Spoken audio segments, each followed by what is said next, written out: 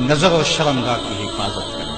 اس دور کا سب سے بڑا فتنہ یہ ہے کہ نگاہیں پاک نہیں ہوگی، نگاہیں غلیظ اور گندی ہوگی، شرمگاہوں میں وہ تقدس نہیں رہا۔ حضور علیہ السلام نے ارشاد فرمایا من زنا زنیا بہی ولو بہی تانے دارے ہی، جس شخص نے زنا کیا یہ عمل اس کے گھر بھی لوٹے گا اگرچہ اونچی اونچی دیواریں کیوں نہیں کرتی۔ یہ مقافات عمل ہے۔ گندم از گندم بروئے جو جو از مقافات عمل غافل مشو، گندم بو گے تو گندم کاٹو گے، جو بو گے تو جو کاٹو گے۔ نظر کو تقدس دو، نظر کو پاکیزگی دو۔ حضرت لقمان حکیم کہتے ہیں کہ میں کئی نبیوں سے ملا ہوں، کئی نبیوں سے ملاقات کی ہے، اور میں ان سے 2 4 باتیں جمع کی ہیں، اور ان ساری باتوں کو میں نے جمع کر کے 100 باتیں جمع کی ہیں، اور ان کا پھر میں نے خلاصہ تیار کیا ہے۔ ان میں 8 باتیں الگ کی ہیں۔ ان 8 باتوں میں ایک بات یہ ہے جب کسی کے گھر جاؤ تو نظر کو حفاظت میں رکھو۔ جس شخص کے مہمان بنو، جس کے گھر جاؤ، تمہاری نظر نہ بھٹکنے پائے۔ نظر اگر غیر محرم کو شہوت سے دیکھتی ہے، حدیث میں آتا ہے کل قیامت کے دن جہنم کی آگ سے بھر دی جائے، وہ سخت رسوا ہوگا۔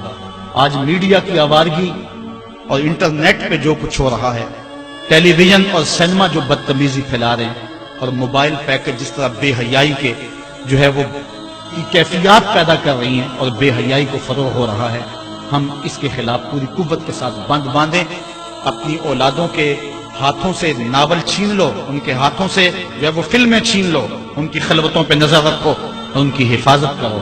جس شخص کی نظر پاک نہیں ہے اس کے من میں طہارت نہیں آ سکتی، دل پاک نہیں ہے اس کو جو ہے وہ باطن کا نور نصیب نہیں ہو سکتا۔ وائے قوم کشتائے تدبیر غیر، کارے او تخریب خود تعمیر غیر، از حیا بیگانہ پیرانے کہن، نوجوانہ چوں زنا مشغول تن۔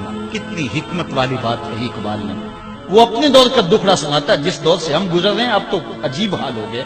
اقبال کہتا ہے یہ جو میرا دور ہے، جوان تو جوان رہے، بوڑھوں کی نظروں میں حیا نہیں، از حیا بیگانہ پیرانے کہن۔ بوڑھے لوگوں کی آنکھوں میں بھی اقبال کہتا ہے حیا نہیں رہا۔ نوجوانہ چوں زنا مشغول تن، اور نوجوان عورتوں کی طرح اپنے تن کے ساتھ لگے ہوئے ہیں، اپنے تن کو سنوارنے میں ہر وقت کنگھی پٹی میں لگے ہوئے ہیں۔ یہ مردوں کا کام نہیں ہوتا، یہ دلیروں اور بہادروں کا کام نہیں ہوتا، یہ عورتوں کے وظیفے ہیں۔ در دل شاں آرزوہا بے ثبات، مردہ زائن از بطون امہات۔ ان کے دلوں میں آرزویں کوئی اور ہی ہیں اور ماؤں کے پیٹوں سے مردہ جنم لے رہے ہیں۔